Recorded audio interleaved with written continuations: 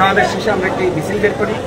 আমাদের আজকের কর্মসূচি ছিল জাতীয় পার্টি সহ 14 দলের সাংগঠনিক কার্যক্রম নিষিদ্ধ করা, যেমনিভাবে আওয়ামী লীগের সাংগঠনিক কার্যক্রম নিষিদ্ধ করা হয়েছে, এবং একই সাথে জিএম কাদের সহ যারা ফ্যাসিবাদের দোষর তাদেরকে গ্রেপ্তার করা। এর প্রতিবাদে যখন আমরা পল্টন থেকে মিছিল নিয়ে আমরা কাকরাইলের দিকে আসব, তখন জাতীয় পার্টির কার্যালয়ের সামনে থেকে আমাদের উপর হামলা করা হয়, ইট পাটকেল নিক্ষেপ করা হয়।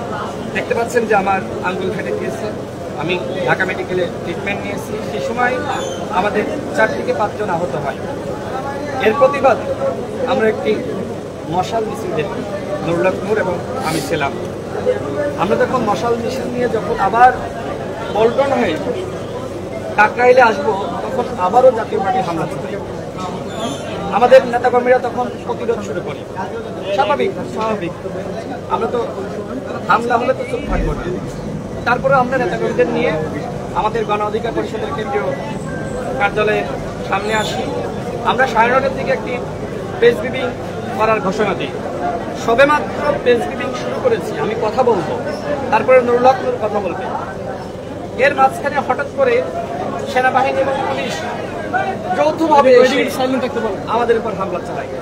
নুরুল নূরের উপর যেভাবে হামলা চালিয়েছে সেনাবাহিনী এবং পুলিশ, তার নাক ফেটে গিয়েছে, তার চোখের অবস্থা খুবই খারাপ, তার হাত ফেটে গিয়েছে এবং সে এখন মুমূর্ষু অবস্থায় আছে।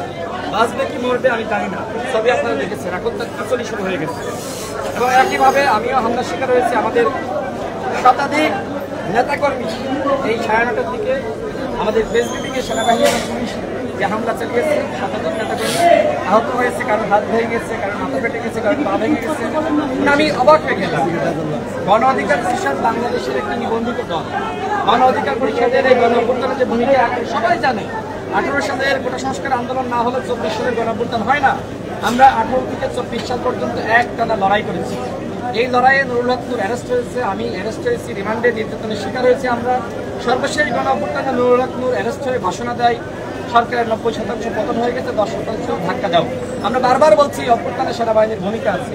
আপনি দেখবেন যখন সেনাবাহিনীকে নানান জন, নানান ব্যক্তি, নানানভাবে, নানান দল, নানান সংগঠন বিতর্কিত করার চেষ্টা করেছে, আমরা বলেছি সেনাবাহিনী দেশের স্বাধীনতা, সার্বভৌমত্বের প্রতীক, তাদেরকে বিতর্কিত করা যাবে না। সেই সেনাবাহিনী আজকে আমাদের উপর হামলা চালালো, আজকে আমাদের উপর পুলিশ হামলা চালালো।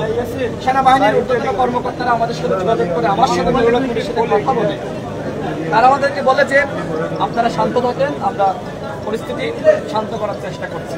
আমরা বলি যে আমরা এই মুহূর্তে এখন প্রেসিডেন্ট করবো, তিনি জানতেন। তারপরেও আমাদের উপরে এইভাবে সেনাবাহিনী হামলা করলো, পুলিশ হামলা করলো, এটা অনাকাঙ্ক্ষিত। আমরা মনে করি এই সরকার নিজ থেকেই জাতীয় পার্টিকে প্রোটেকশন দিচ্ছে।